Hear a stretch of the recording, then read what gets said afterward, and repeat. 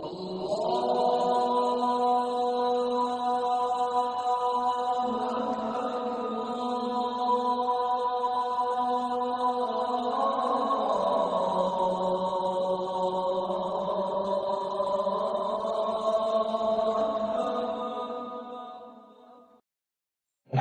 wassalatu wassalamu ala rasulillah wa ala alihi wa sahbihi wa man ihtada bihudah. Wa ashhadu an la ilaha illallah wahdahu la sharika lahu wa ashhadu anna Muhammadan abduhu wa rasuluhu sallallahu alayhi wa ala alihi wa sahbihi wa man ihtada bihudah wa sunnati ila yawmiddin amma ba'd. Donc, ce que nous allons voir actuellement, c'est l'introduction de Kitab de Minhaj al-Talibin, l'imam Muhyiddin Abi Zakaria Yahya ibn Sharaf al-Nawawi al-Dimashqi, qui est décédé, qui est né en l'an 631 de l'Hijra al-Nabawiyya, à la salati wa ahsanu taslimin, et qui est décédé en l'an 662 ou 672 de l'Hijra al-Nabawiyya. D'accord? Donc, ce que nous allons voir, ce sont Minhaj al-Talibin, en fait, c'est le résumé d'un livre qui s'appelle Muharrar, de l'imam al-Rafi'i, qui est l'un des fondateurs, l'une des plus grandes personnalités dans le madhab de l'imam al-Shafi'i rahimahullah. On fera le tour une prochaine fois sur les grandes personnalités de ce madhab, mais au fil le but actuellement, c'est d'apprendre certaines terminologies, puis après on va apprendre les grandes personnalités, ce qu'on va rapporter de l'imam al-Shafi'i rahimahullah, les ouvrages qui ont été composés par après, et Inch'Allah, ce sera bénéfique pour chacun d'entre nous. Donc, l'imam Shafi'i, l'imam Nawawi rahimahullah dit après, donc après une certaine introduction, il dit, donc voilà, il dit فرأيت اختصاره يعني المحرر للرافعي الذي تقدمت الإشارة إليه. Donc il parle de Muharrar, qui est un ouvrage dont il a fait le résumé. Il dit j'ai considéré qu'il était bon d'en faire le résumé في نحو نصف حجمه, afin qu'il atteigne de son volume, ليصلح حفظه مع ما أضمه إليه إن شاء الله تعالى من النفائس والمستجدات. Donc j'ai fait cela afin qu'il soit plus facile de l'apprendre, de le retenir par cœur, et en plus j'ai ajouté des choses très importantes et très précieuses, des informations très précieuses et des cas nouveaux qui peuvent être fort bénéfiques. ومنها التنبيه على قيود بعض المسائل من الأصل محذوفات. Donc il dit de même, il y a certaines choses, certains points, certaines restrictions à certains points que je vais ajouter qui n'ont pas été mentionnés. منها المواضع يسيرة ذكرها في المحرر على خلاف المختار في المذهب. Donc de même, il y a certains points sur lesquels je vais revenir concernant les paroles de Al-Rafi'i dans son ouvrage Al-Muharrar, et sur lesquels il a obtenu l'avis qui est contraire à l'avis qui est choisi dans le madhab de l'imam Shafi'i, كما ستراه إن شاء الله تعالى كما ستراه إن شاء الله تعالى واضحات, comme tu le verras avec clarté dans ce qui va suivre Inch'Allah.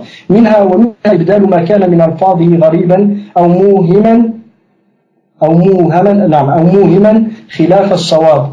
Donc de même, il a changé certains termes qui peuvent soit être étrangers, c'est-à-dire ils sont rarement employés. C'est des termes arabes qui servent pour indiquer certaines significations qui sont rarement employées. Par conséquent, l'imam Nawawi rahimahullah, qu'a-t-il fait? Il a employé des termes qui sont beaucoup plus fréquents, et dont l'usage est beaucoup plus fréquent.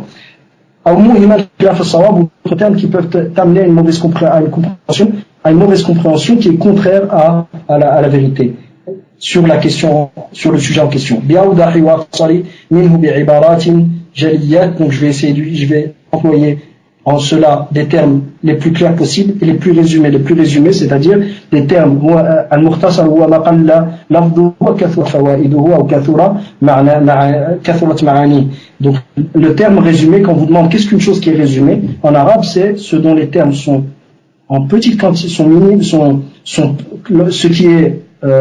ce qui est en petit nombre dans le nombre de termes, c'est-à-dire le nombre de termes est minime, mais les significations sont très très importantes et sont très nombreuses. D'accord? Puis c'est là ce qui nous intéresse, c'est ce qui va suivre. Il dit, et de même je vais exposer les deux qawls, et wal wajhain, et les deux wajh. Je fais exprès de traduire. Wal tariqain, et les deux tariq. Wal nas, et le nas. ومراتب الخلاف في جميع الحالات, et les degrés de divergence dans les différents cas de figure que nous venons de mentionner, à savoir al-qawlain, les qawls. Qu'est-ce qu'un qawl? Qu'est-ce qu'un wajh? Deuxièmement le wajh, troisièmement at-tariq, et quatrièmement an-nas. D'accord? Quatrièmement, al-nas. فحيث أقول في الأظهر أو المشهور. Donc ici on rentre dans le vif du sujet et ici j'aimerais que vous soyez attentifs avec moi inchallah ta'ala. Donc l'imam Nawawi rahimahullah il dit lorsque je dis selon al-azhar,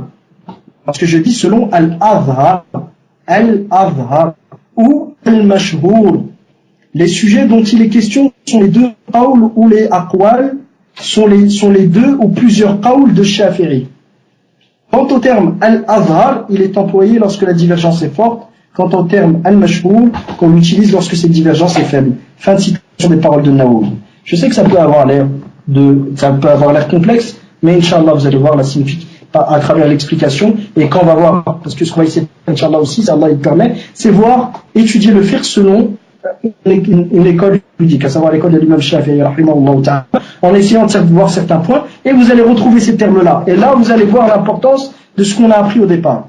Je répète la parole de Shafi'i. Il dit, lorsque je dis selon al-azhar, qu'on pourrait traduire par le plus apparent, ou al-mashhur, ou le plus réputé, les sujets dont il est question sont les deux qawls de Shafi'i. Donc là, lorsqu'on parle, les termes al-azhar, si l'un de vous pourrait l'écrire, jazakumullahu khairan. Si le terme al-azhar ou al-mashhur, lorsque tu l'entends, tu sais directement qu'il s'agit de paroles explicitement citées par l'imam Shafi'i. Tu sais directement qu'on discute, l'imam Shafi'i peut s'être prononcé à 2 reprises ou plus sur un sujet. Il peut s'être prononcé à 2 reprises ou plus sur un sujet. Par conséquent, imaginez qu'il y ait une divergence entre les deux paroles explicites sur lesquelles s'est prononcé directement l'imam Shafi'i. À ce moment-là, on va peser, les savants du madhab de l'imam Shafi'i vont peser entre les deux et vont faire prévaloir l'un sur l'autre en fonction de certains éléments qu'ils ont établis et qui sont pris en compte pour faire prévaloir l'un sur l'autre. D'accord. Donc quand on fait prévaloir l'un ou l'autre, ces deux paroles, ces deux avis de Shafi'i, on utilise une terminologie précise pour en parler. Et parmi ces terminologies-là, on a al-azhar et nous avons aussi al-mashhur.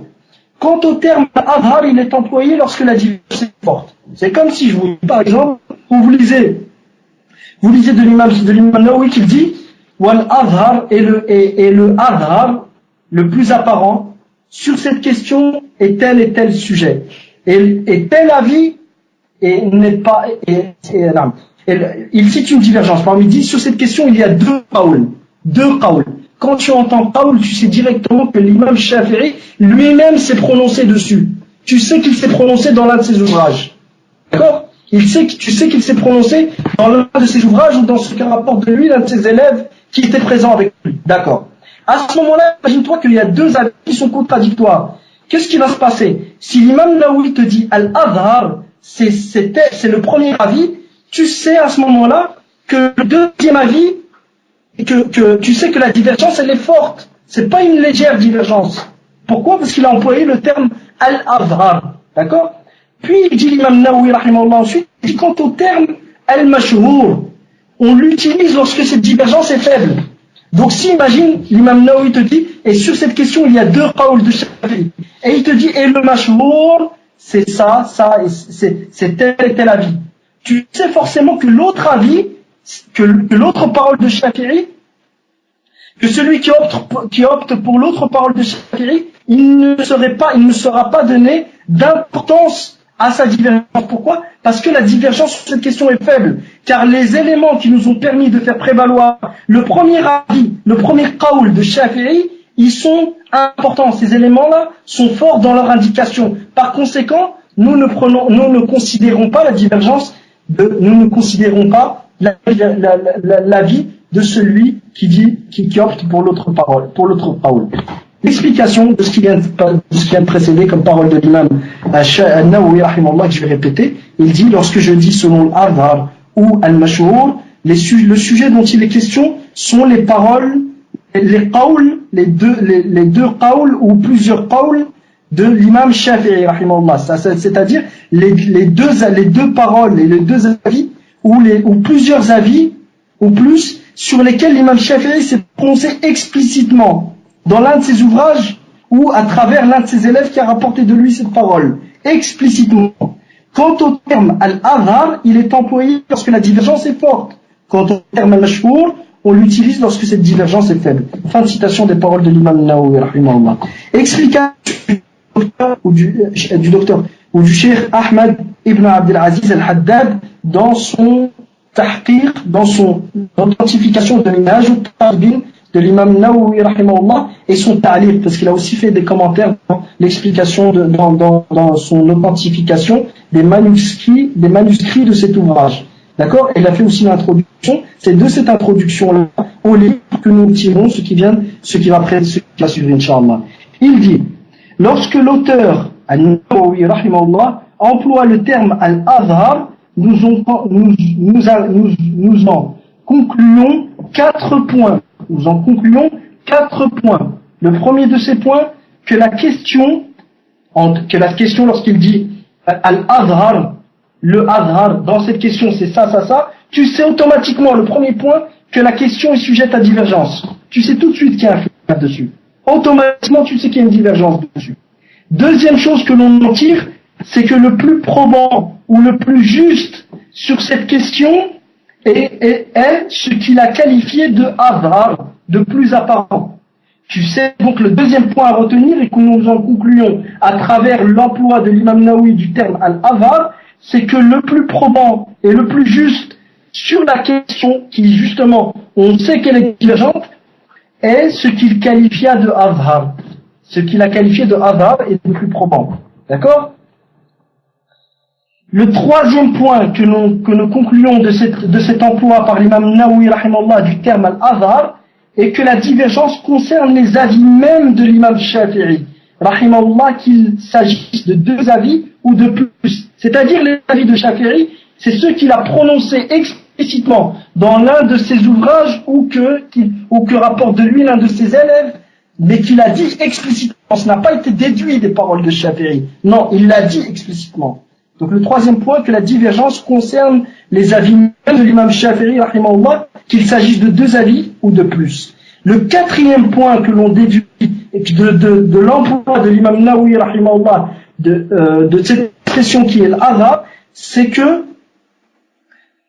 qu'en opposition à l'avis qui a été qualifié de azhar, de plus apparent, nous avons un avis prononcé explicitement par l'imam Shafi'i, qui est zahir, qui est apparent. Dans son indication, il n'est ni confus ni flou. Ceci dit, cet avis n'est pas pris en compte en termes de fatwa. La fatwa et les statuts légaux ne se réfèrent qu'au seul avis qualifié de azhar. Je répète et je m'explique, Inch'Allah. En opposition, que lorsque tu entends que l'imam Nawawi, rahimahullah, par exemple, dit al-azhar, c'est tel et tel point. D'accord. Tu sais automatiquement qu'en opposition à cet avis et à ce point qui a été qualifié de azhar, le plus apparent, nous avons un avis prononcé explicitement par l'imam Shafi'i, rahimahullah, soit dans l'un de ses ouvrages, soit selon ce que rapporte l'un de ses élèves. D'accord? Et cet avis, il est apparent, il est zahir dans son indication. Ça veut dire quoi? Ça veut dire l'imam Shafi'i, rahimahullah, lorsqu'il s'est prononcé sur cet avis,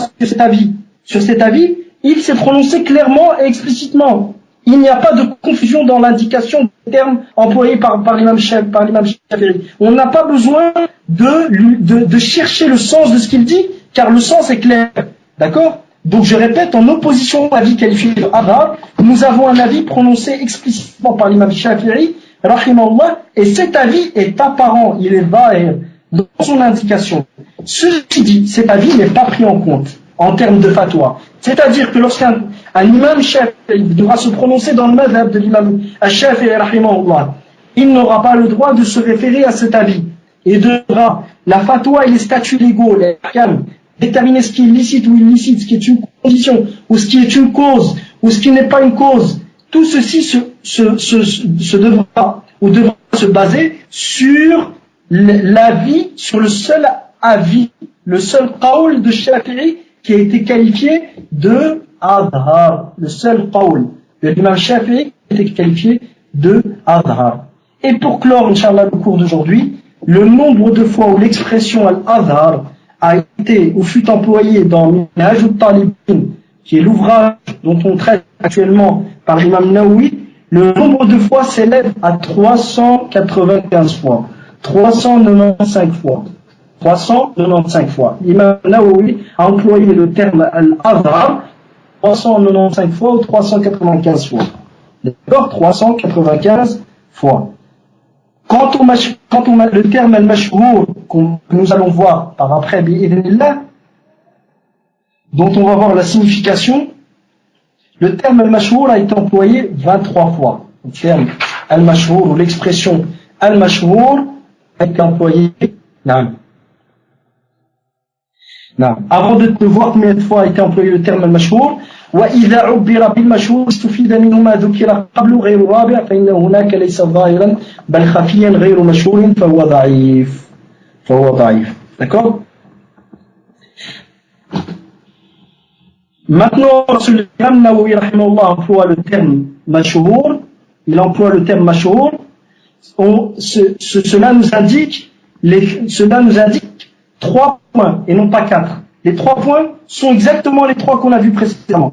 Premièrement, que la question est sujette à divergence. Deuxièmement, que le plus probant, le plus juste sur cette question est ce qu'il qualifia de mashhour. D'accord? Troisièmement, que la divergence concerne les avis même de l'imam Shafi'i, qu'il s'agisse de 2 avis en plus, donc des avis sur lesquels il s'est prononcé explicitement, soit dans l'un de ses ouvrages, soit ce que rapporte de lui l'un de ses élèves qui l'ont accompagné et qui l'ont accompagné. D'accord? Donc, sauf le 4e point, non. On a dit dans le 4e point qu'en opposition à l'avis qualifié de l'Adhar, nous avons un avis prononcé explicitement par l'imam Shafi'i qui est zahir apparent dans son indication. Ceci dit, cet avis n'est pas pris en compte en termes de fatwa jusqu'à la fin de ce que nous avons dit. Donc, cet avis qui n'est pas apparent, qui est apparent en lui-même, mais qui n'est pas pris en compte, il n'est pas pris en compte en termes de fatwa. Pour le mashhour, justement, donc lorsqu'on utilise le terme mashhour, les 3 premiers points que nous avons mentionnés sont déduits de l'emploi par l'imam Nawawi de ce terme-là, sauf le 4e. Il ne le rejoint pas dans le 4e, car cet avis qualifié de mashhour n'est pas apparent, mais il est subtil. Et il est subtil et il n'est pas mashhour, il est donc faible. Ici, et le nombre de fois où ce terme-là est employé dans le Minhaj Talibin, c'est 23 fois. Et ici s'arrête, Inch'Allah, le cours d'aujourd'hui. Et je vous invite à le réécouter et résumer le contenu. Jazakumullahu khairan. Et petit à petit, vous verrez, Inch'Allah, comment ces choses vous seront bénéfiques. Même si ça a l'air d'être, Shaitan, il peut venir jouer avec nous et nous faire croire que c'est inutile, c'est comme ça qu'on apprend. C'est comme ça que l'on apprend. C'est en apprenant les bases et les bases, ainsi que le langage des savants qui s'adressent à nous en vue de nous faire comprendre l'objectif d'Allah dans ce qui nous explique. Jazakumullahu khairan, et je vous dis à demain, Inch'Allah, wa sallallahu alayhi wa sallam wa baraka ala nabiyyina Muhammad wa ala alihi wa sahbihi ajma'in, walhamdulillahi rabbil alamin.